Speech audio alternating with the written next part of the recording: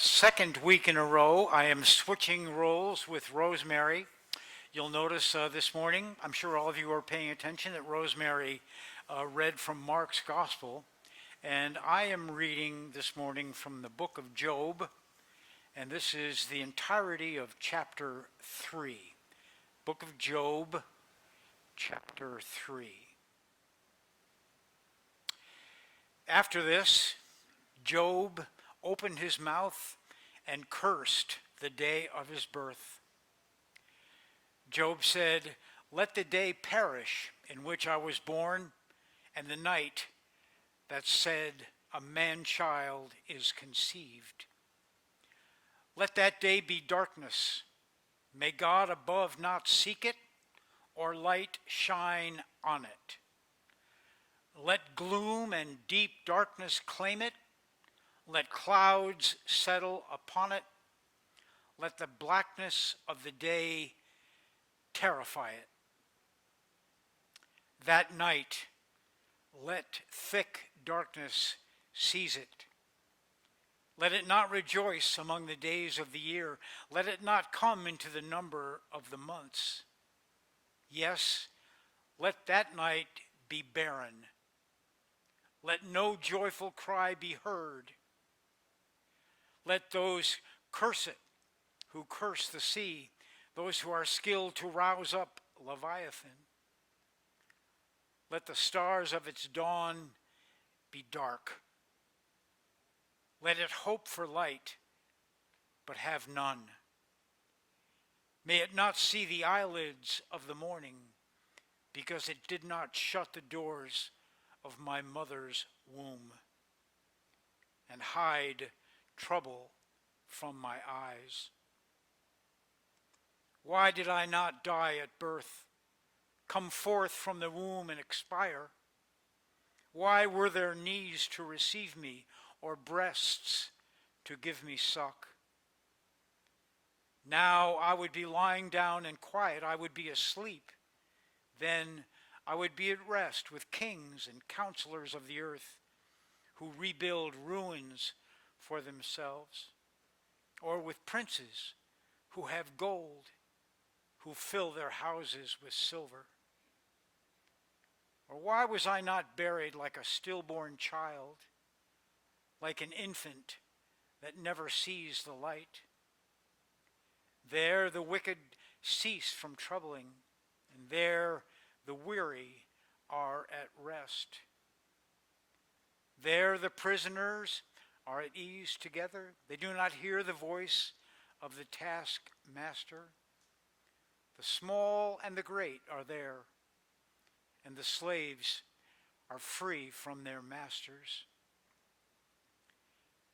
Why is light given to one in misery, and life to the bitter in soul, who long for death, but it does not come, and dig for death more than for hidden treasure, who rejoice exceedingly and are glad when they find the grave?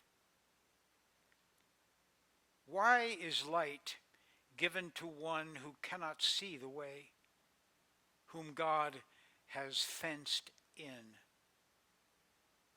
For my sighing comes like my bread, and my groanings are poured out like water. Truly, the one thing that I fear comes upon me, and what I dread befalls me. I am not at ease, nor am I quiet. I have no rest, but trouble comes. It's the word of the Lord. Yeah, thanks a lot. So, I have I don't often have these. This is a $50 bill. Can you see that on the screen? 50, 50. And right on the back, under United States of America, it says, "In God we trust." In God we trust. Now, here's a question. What do you trust more, God or this? Who's more reliable? What's more reliable, God or this $50 bill? It's a good question. It's a good question. I've often thought it was interesting and that's the same on every bill. Don't be touching that wallet or thinking about it. So, trust. Yeah. Oh, just by the way, you can put all your books away, bring out your papers, and all you'll need is a pencil. This morning is a pop quiz. Pop quiz, remember those? I remember I had an English teacher once in college, and the assignments for a literature class are pretty hefty. You have to do a lot of reading. And in order to keep students on their toes doing the reading, he said, right in the first class, he said, here's the way it's going to work. Every now and then there's going to be a pop quiz. And you never know when they're going to be, so you always have to be ready, because 80% of your grade is going to come out of the pop quizzes. So it was intimidating, but it worked. So this morning's a pop quiz. Everybody's ready? Remember the assignment last week. Read the book of Job. How many read the book of Job? Don't show your hands. I don't want anybody to embarrass the rest of you. And that's a hefty assignment, book of Job, 42 chapters, and it's not easy. It's no fun. I mean, it starts hard and gets harder, and it wounds up even harder, but at the end, it's okay. But don't jump there too quickly, because we have some work to do first. And I'd like you to read the book of Job. Read the book of Job. It's an important book. A lot of people say, Thomas Aquinas among them, Augustine among them, contemporary Old Testament scholars among them, one of the most important books in the Bible. Why? Why? Number one, it's old. Old. You know what? I thought, going back, the oldest that they figured the book of Job could be is 2,500 years before Christ. That's almost 5,000 years ago. Now, in my mind, those people are worried about saber-toothed tigers.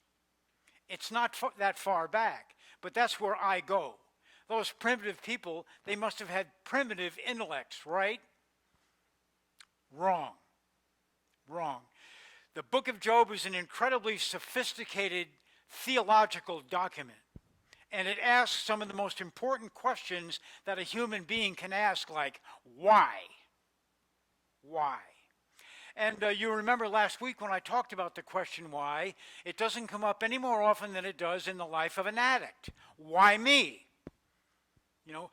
Why is it that I go to a dinner party and other people can have a glass of wine and enjoy a convivial experience and a fine meal, when if I go to a party and have a glass of wine, I wind up in, Sao Paulo, Brazil, married to 7 people? Why me? Why me?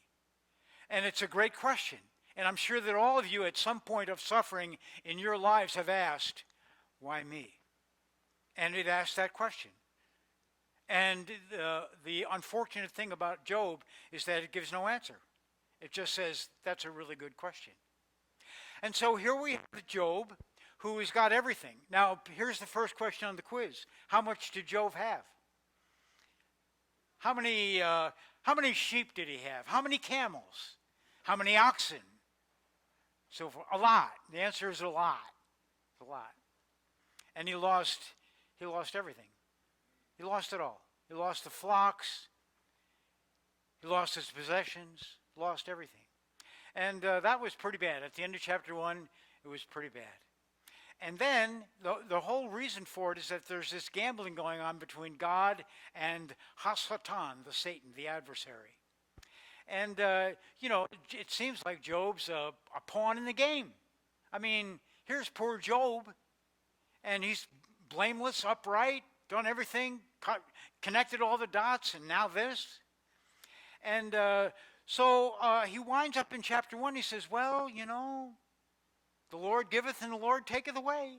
Blessed be the name of the Lord. He seems kind of okay. It's just easy come, easy go. And then we get into chapter 2. And Satan goes back up and says, well, I touched him a little bit. And he still has a little bit of faith. But I want to lower the boom now. I want to touch his body. And so he does. And so Job is now covered with sores physically on his body. And, he's out on a dung heap, out on a garbage pile. And the only thing he has with him is a broken piece of pottery so he can scrape his skin. It's a bad situation. I remember once I broke my leg, just bottom part of my leg. It was a skiing accident. It wasn't that much of a hardship. But I remember after a while, things really started to itch down in that cast. And so I took a little hanger, and got in there a little bit, kind of around a little bit, and it felt so good. And until blood started dripping out the bottom of the cast. My father said, "What in the hell?" And, I was just really going at it and hurt myself even worse. And, here's Job. And he's got a piece of broken pottery to scrape his itching, festering sores with. He's in a bad situation. And now the tables have turned. And the book of Job does not answer the question, why do the righteous suffer? Why do the wicked prosper? Why? The book of Job addresses the issue of now what? Now what? When the adversary comes, now what? And you can see how thoughtful a scenario this is. It's like the greatest of the parables that Jesus offered. There was a man that had two sons. The younger one went to his father and said, "I want my inheritance." And the story continues. There was a man going from Jerusalem down to Jericho. Robbers came upon him, left him for dead. There was a woman that had 10 coins. These stories start like there was a man from Uz who walked upright with the Lord. And these things happened to him. And they become parables because Job is every human being asking questions that every human being asks. Why? Why? And it doesn't take long. It wouldn't take me long with anybody in this room scratching just a little bit below the surface to come across suffering. Suffering. I'm thinking I'm a little diminished myself today because our puppy dog of 14 years we put to sleep yesterday. Beautiful, our little puppy dog, and it gets to be time, but it's just hard. And you love and you lose, and life is like that. You have dreams and you aspire, and nothing happens. You have expectations that don't be fulfilled. And trust is broken. You remember as a little guy, they told you that Santa Claus comes down the chimney and we leave milk and a cookie and brings presents in the morning, and then at some point in time, whoa. They lied to me about that. Well, if they lied to me about that, they lied to me about... Would they lie to me about that too? Anything? Wow. My foundation is shaken. And so we see now that Job is in a difficult place. And, one of the interesting things that happens at the very end of chapter 2, all of you read this, I'm sure, this past week, is that he's got 3 friends that have heard about what's happened to Job. Word came down. He's a popular guy. He's got everything, so everybody knows. He'd be on all social media that, the end had come for him. The word of mouth probably spread quickly 5,000 years ago than it does today. And so these three people, these 3 friends, and the thing about friends is you always find out when the poop hits the fan, right? Who's really there. And here come 3 friends, And with friends like Job's got, you don't need enemies, trust me. But these three friends come, and Job is so disfigured and so unrecognizable that they can't even approach. And they say, his suffering is so great that we're not going to say a word. And for 7 days, they just sit there. And it's interesting. I looked up the Jewish discipline of sitting Shiva. Everybody know what that is? Sitting Shiva. So in Judaism, there's a tradition when a person dies, the body is immediately buried. And then the Shiva begins. And Shiva is a Hebrew word. It means 7. And for 7 days, a process of mourning goes on. And what happens is that a person will be either in a Shiva house, a house designated for people to go and mourn. And usually the Shiva is held by the closest relatives. And people will come. Now, Now, in going to the Shiva house, the first thing that you don't do is say anything. Make small talk. Because people are very, very uncomfortable with the suffering of others. And, as all of you know that have had people that have gone into terrible hardship, you want to stay away because you don't know what to say, and you feel helpless because you can't do anything. So you just kind of draw back. And Shiva allows people the opportunity to go and be without having to say or do. It's brilliant. And we see it first in the book of Job. The friends came, and for 7 days they sat and said and did nothing. I'm here. I'm with you, and so forth. So they're doing all that. And, we see, Job a little bit immediately, when he lost all his possessions, does what any of us would do, which is just go into denial. Well, the Lord giveth and the Lord taketh away. Blessed be the name of the Lord. He seems sort of unequivocal about it. But when the boom really falls and he's really sick, that's when the tables turn. And if you've ever really suffered, if you've ever contemplated suicide, I wish I was dead. I just wish I was dead. I just wish it would all go away. And it's a place where a lot of people wind up. And you wind up emotionally frozen, spiritually frozen, physically frozen.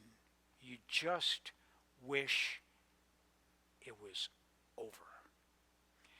And here, and there's poetry, there's good poetry, there's bad poetry, but the images that Job offers, these are exquisite.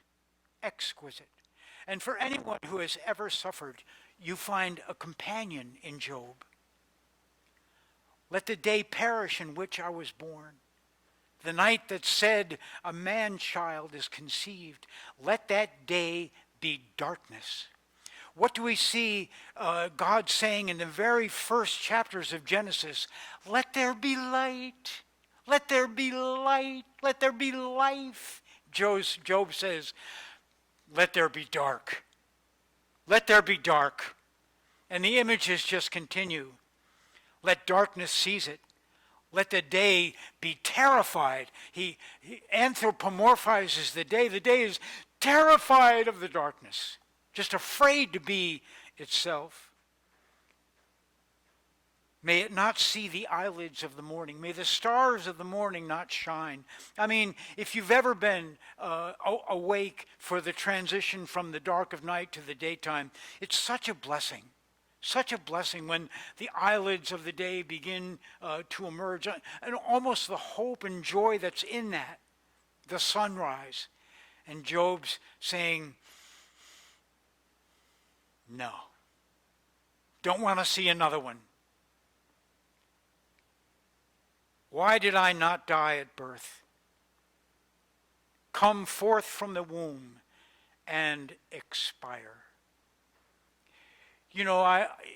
Among the pastoral issues that are just really, really, really some of the most painful have to do with mothers and unborn children. I mean, it just is so excruciating and hard to understand. And Job is wishing for it. He's wishing for it. I mean, this is the bottom. He's coming really now to terms.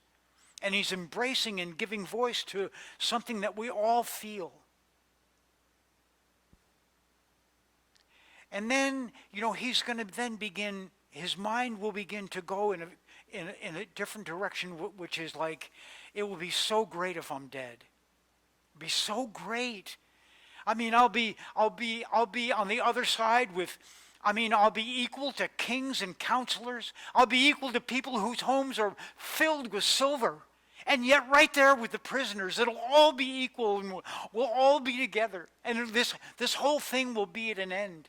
And I think we all have visions of what the other side might look like. I don't know about you, but I'm telling you, I'm into near-death experience. I just love it. One of the things I liked most about Eben Alexander, the neuroscientist that had a near-death experience, one of the things that he said was, and you should see the pets in heaven. And one of the greatest moments is when pets are reunited with their human partners. There's more joy and love than you can imagine. I draw strength from that. And, people envision, reconnecting with loved ones.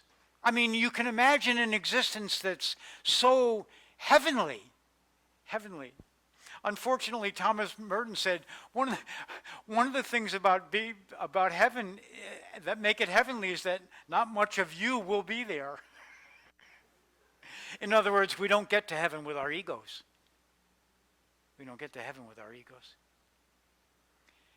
And so Job is speculating, as we all do, about what's going to happen.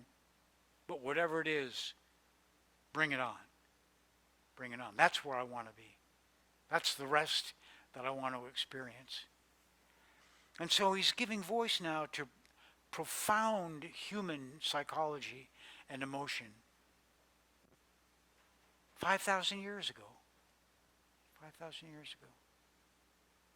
And then, he begins, again, chapter 3 kind of starts wide and, begins to funnel down. And, he's going to come to terms with his circumstance. He's going to finally begin to, fully embrace what has happening and is happening to him and the reliance that he's going to put on his faith. Because the book of Job is about faith. And the adversary believes that Job is going to knuckle under. Take everything away, not yet. Infect his body, perhaps. The adversary believes that humankind is weak and will buckle, the faith will break. The Creator, not so much. They have what it takes to get through. It's interesting, in the second step of the 12-step program, they say we come to believe in a power greater than ourselves. Wonder how that happens. Wonder where that comes from and how that power gets realized. It's a saving grace. And Job is on his way there. And he's doing the hard work that it takes to get there, which is facing head on what he feared worst. Because that while he had everything, and while it was all going his way, in the back of his mind, I wonder what would happen if I lost it all. And one of the things I think that people who suffer always wonder, did I bring this on?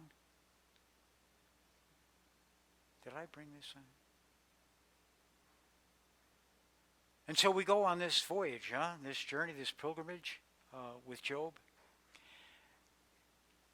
And he's going to come to the end now. This is the end of the third chapter. And here's where he is. And he's not sugarcoating it. He's not going to make it easy or palatable for anybody, for himself or anybody else. I am not at ease, nor am I quiet. I have no rest, but trouble comes.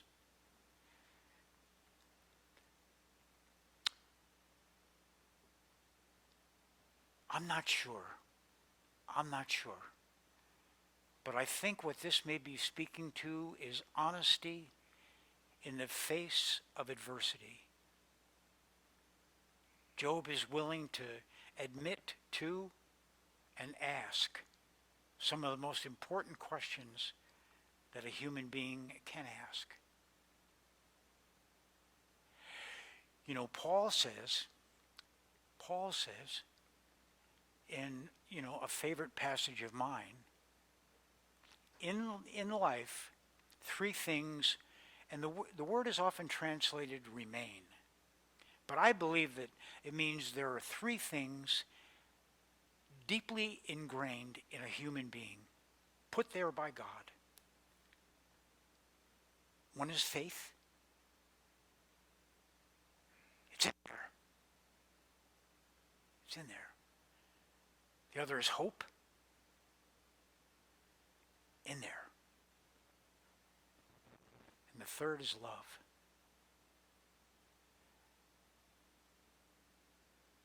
And when pressed,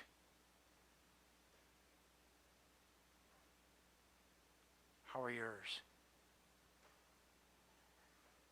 You know, as a planet, man, we are really,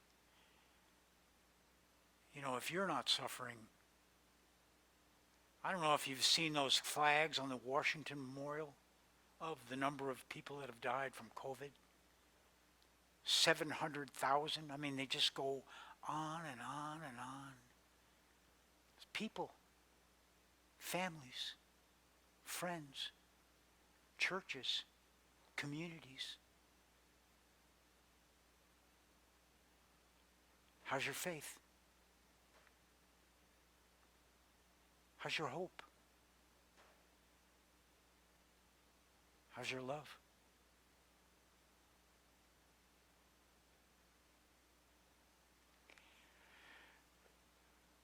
We're going to spend a couple more weeks with Job. Going to do some hard work. Could be a pop quiz next week. Better be ready.